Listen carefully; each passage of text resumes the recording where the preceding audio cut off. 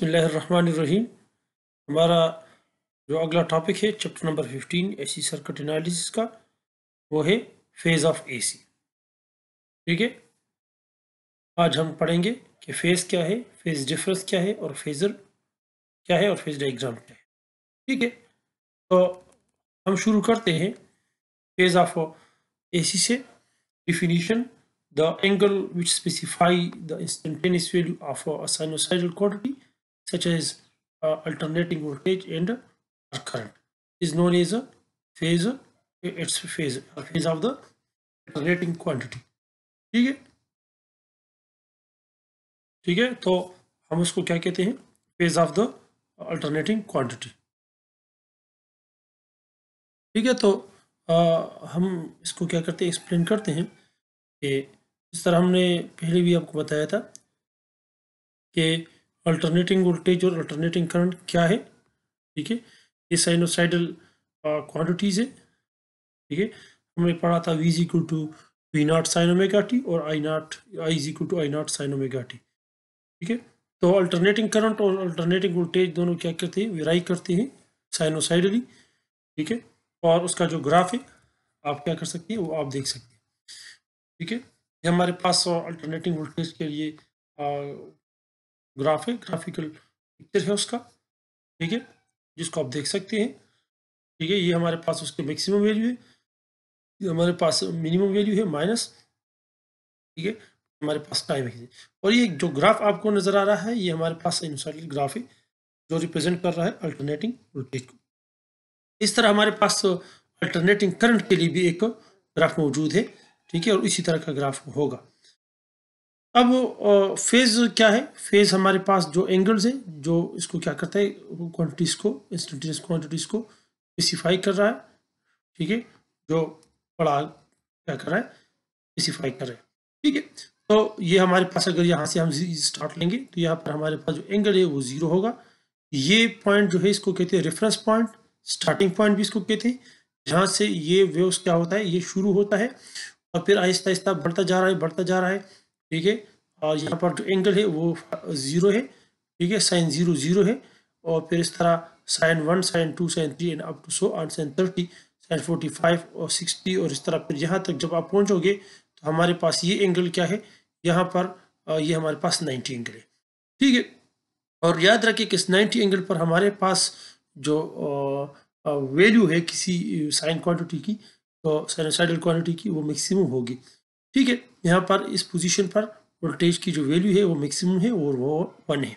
इस तरह करंट के लिए अगर आप लेंगे तो वो भी इस तरह क्या होगा, वो मैक्सिमम होगा, पीक वैल्यू होगी। ठीक है, फिर अगर आप और एंगल्स को बढ़ाते जाए 90, 91 और इस तरह फिर आप 120 और इस तरह आप जाते रहे आप यहाँ पर पहुँच जाएंगे, और यहाँ ये एंगल हमारे पास क्या है, ये 180 है। ठीक है, ये 0 था। ठीक है, यहाँ पर जो फेज था हमारे पास 0 था, ये हमारे पास फेज 90 है, और यहाँ पर जो है वो क्या है, वो 180 है। 180 पर वो दोबारा उस पोजीशन पर क्या आ जाएगी, वो आ जाएगी। ठीक है, फिर ये आगे बढ़ता जा रहा है, बढ़ता जा रहा है, बढ़ता जा रहा है, और यहाँ पर पहुँच जाता है। तो ये एंगल हमारे पास क्या है, ये 270 है, और 270 पर भी इसकी क्या होगी, वो मैक्सिमम वैल्यू होगी, लेकिन वो नेगेटिव डायरेक्शन में होगी। ठीक है, 90 पर और 270 दोनों एंगल्स पर दोनों फेजेस पर हमारे पास जो अल्टरनेटिंग क्वांटिटीज होंगी, वो करंट हो, वोल्टेज हो, उसकी मिक्सिंग वैल्यू होगी। ठीक है, लेकिन यहाँ पर ये 90 पर ये पॉजिटिव डायरेक्शन में होगी, और नेगेटिव में हमारे पास 270 पर ये नेगेटिव डायरेक्शन में होगी। ठीक है, फिर इस तरह आप बढ़ते जा रहे हैं, और जब आप 360 पर पहुंचेंगे तो क्या हो जाएंगे, वापस उसी पोजीशन पर आ जाएंगे जहां से हमने शुरू किया था। और ये एक साइकिल कंप्लीट हुआ। 360 का मतलब है एक साइकिल, 360 डिग्री हमारे पास ये आ गया।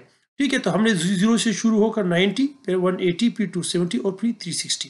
तो ये एंगल्स हमें क्या बता रहे हैं, ये हमें फेजेस बता रहे हैं। ठीक है, और हर एंगल के लिए ख्वाह 90 हो, ख्वाह 91 हो, ख्वाह 1 हो, 2 हो, 3 हो, एनी एंगल हमें एक खास कीमत देंगी। ठीक है, अगर हम कहते हैं कि V equal to we not sine omega T, ठीक है, तो साइन ओमेगा टी हमारे, अगर हम इस ओमेगा टी को वे मुख्तलिफ वैल्यू देंगे, 0 देंगे, 1 देंगे, 2 देंगे, 3 देंगे, इस तरह हमें V की एक खास वैल्यूज क्या करेंगी, वो देंगी, स्पेसिफिक वैल्यूज वो देंगे। ये जो एंगल है, इस एंगल को हम क्या कहते हैं, phase of the sinusoidal quantities और अल्टरनेटिंग क्वांटिटीज। ठीक है, तो मेरे ख्याल में आपको समझ आ गई है कि ये जो एंगल से क्या करे हमें बता रही है। अब इसके अलावा हमारे पास जो नेक्स्ट चीज है वो है फेज डिफरेंस। ठीक है, फेज डिफरेंस क्या है? when two or more than two sinusoidal waves have different reference point, then these waves are said to behave phase difference। ठीक है, मतलब ये है कि अगर हमारे पास दो क्वांटिटीज है, उस वक्त वहां पर हमने एक क्वांटिटीज को डिस्कस किया था। ठीक है, अगर आप डिफरेंस की बात करते हैं तो डिफरेंस हम एक पॉइंट में नहीं लेते, बल्कि अगर एक से ज्यादा हो, 2 हो, 3 हो, हम कहते हैं कि there are difference between these 2 persons, these 3 persons, these 4 persons. ठीक है, तो डिफरेंस हमेशा एक से ज्यादा चीजों में होती है। तो अगर हमारे पास एक से ज्यादा वेव्स एक जगह पर आकर मिलते हैं, ठीक है, और वो 2 हो, 3 हो, 4 हो, 100 वेव्स हो, ठीक है, तो हम फिर वहां पर हम फिर क्या कहते हैं, हम वहां पर फिर फेज डिफरेंस मालूम करते हैं। ठीक है, वो फेज डिफरेंस 0 हो सकता है, मतलब डिफरेंस भी वो मौजूद हो सकता है। ठीक है, अब हमारे पास ये 2 वेव्स है, ये एक वेव ये है, ठीक है, और दूसरा वेव ये है। लेट्स से ये हमारे पास वोल्टेज है और ये हमारे पास क्या है, करंट है। इसको हम cos ओमेगा टी कहते हैं, इसको sin ओमेगा टी। ये हमारे पास दो ग्राफ है, ठीक है, cos का ग्राफ है और ये हमारे पास sin का ग्राफ है। ठीक है, इसका जो रेफरेंस पॉइंट है cos का वो यहाँ है और sin को जो रेफरेंस पॉइंट है वो यहाँ है। ठीक है, आप देख सकते हैं। ठीक है, तो दोनों के जो रेफरेंस पॉइंट है वो मुख्तलिफ है, तो हम कहते हैं कि there is a phase difference between these two quantities representing. ठीक है, ठीक है, सो ये हमारे पास 2 क्वांटिटीज को रिप्रेजेंट कर रही है, ख्वाह वो करंट हो, ख्वाह वोल्टेजेस हो, कोई मतलब नहीं, ख्वाह वो सिंपल हार्मोनिक मोशन में डिस्प्लेसमेंट हो।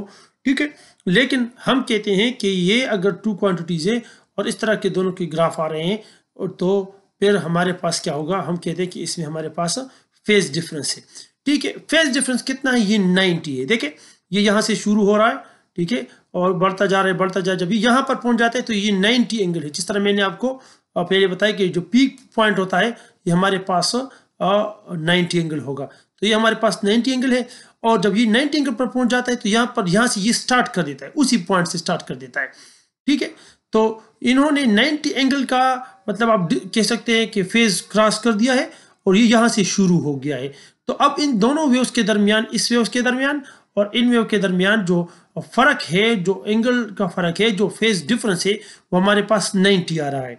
ठीक है, तो इसका जो रेफरेंस पॉइंट है वो अलग है और इसका जो रेफरेंस पॉइंट है वो अलग है। ठीक है, तो अगर हमारे पास ऐसे वेव्स हो जिसके रेफरेंस पॉइंट्स क्या हो, वो डिफरेंट हो, ये 3 भी हो सकते हैं, 4 भी हो सकते हैं, 5 भी हो सकते हैं, तो हम कहते हैं कि there is a phase difference.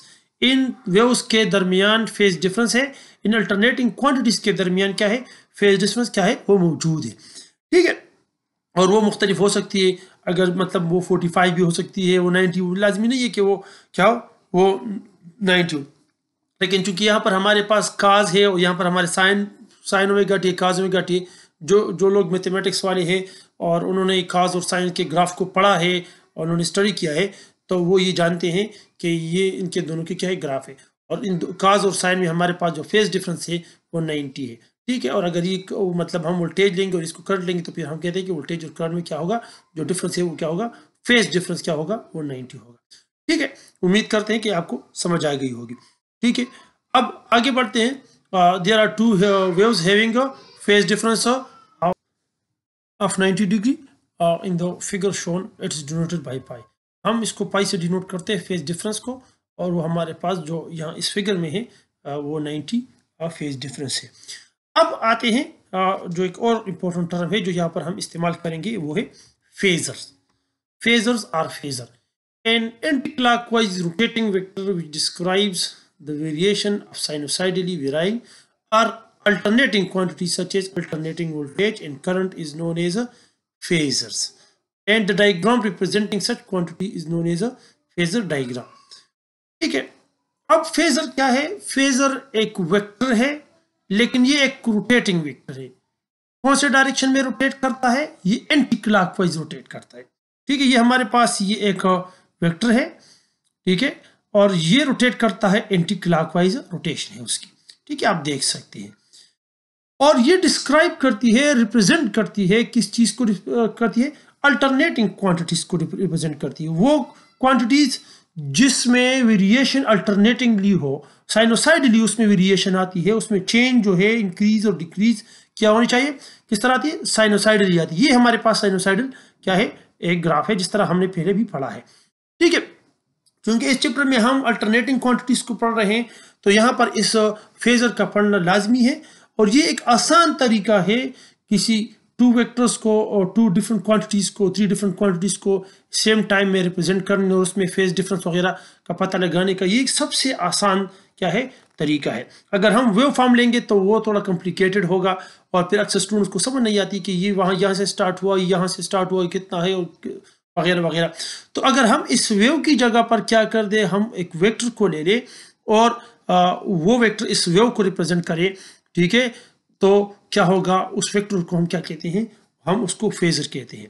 ठीक है, और या इसको फेजर वेक्टर भी कहते हैं। और ये वेक्टर क्या करता है, रोटेट करता है, जिस तरह पंखा रोटेट करता है, फैन रोटेट करता है, पहिया रोटेट करता है, तो इस तरह ये रोटेट करता है। लेकिन इसका जो रोटेशन होता है वो एंटी क्लॉकवाइज रोटेशन। ठीक है, अब यहाँ पर ये किस तरह होता है कि यहाँ पर हमारे पास ये फेजर है, यहाँ से 0 है, तो यहाँ पर भी ये क्या है, 0 है यहाँ से। तो जब ये आगे बढ़ता जाता है तो ये 30 पर आ गया, तो इस तरह ये भी आगे बढ़ता जाता है। जिस तरह ये मूव करता है, जिस तरह जिस एंगुलर फ्रीक्वेंसी के साथ ये मूव करता है, तो इस तरह इस एंगुलर फ्रीक्वेंसी के साथ ये भी मूव करता है। यहाँ पर 30 पर आ गया, तो ये भी इसके साथ 30 पर आ गया। अब यहाँ पर ये 60 पर गया है, तो ये भी 60 पर गया है, और मतलब ये 60 डिग्री का उन्होंने एक चक्कर लगाया है। और फिर इस तरह ये मैक्सिमम पर गया, तो यहाँ पर 90 पर आ गया है। ठीक है, तो जिस तरह ये आगे बढ़ता जाता है, तो इस तरह ये भी आगे बढ़ता जाता है, और इस तरह ये बढ़ता जाता है एंड इट मूव्स फॉरवर्ड। और जब ये 360 पर पहुंच जाती है, तो ये वेव अपने एक चक्कर कंप्लीट करता है, और इस तरह ये भी वापस 330 और इस तरह वापस अपने उस पोजीशन पर आ जाता है। ठीक है, तो जिस तरह एक अल्टरनेटिंग क्वांटिटी अपनी वेरिएशन को कंप्लीट करती है 360 एंगल पर, साइनोसाइडल वेव एक कंप्लीट करती है एक चक्कर को, उसी तरह एक फेजर का एक चक्कर भी क्या हो जाता है, वो कंप्लीट हो जाता है, मुकम्मल हो जाता है। ठीक है, और जिस तरह ये आगे बढ़ता जाता है, तो इस तरह ये पंखे की तरह क्या करता है, रोटेट करता है। ठीक है, तो याद रखिए कि ये जो फिगर है इसको हम कहते हैं फेजर डायग्राम। ठीक है, इस वेक्टर को कहते हैं फेज और इस फिगर को हम कहते हैं फेजर डायग्राम। तो फेजर डायग्राम हमें क्या बताता है, ये हमें टू क्वांटिटीज के दरमियान एक क्वांटिटी को एक वेक्टर के फॉर्म में क्या बताता है, हमें रिप्रेजेंट करता है। As the alternating quantity varies, the phasor moves anti-clockwise with constant angular acceleration.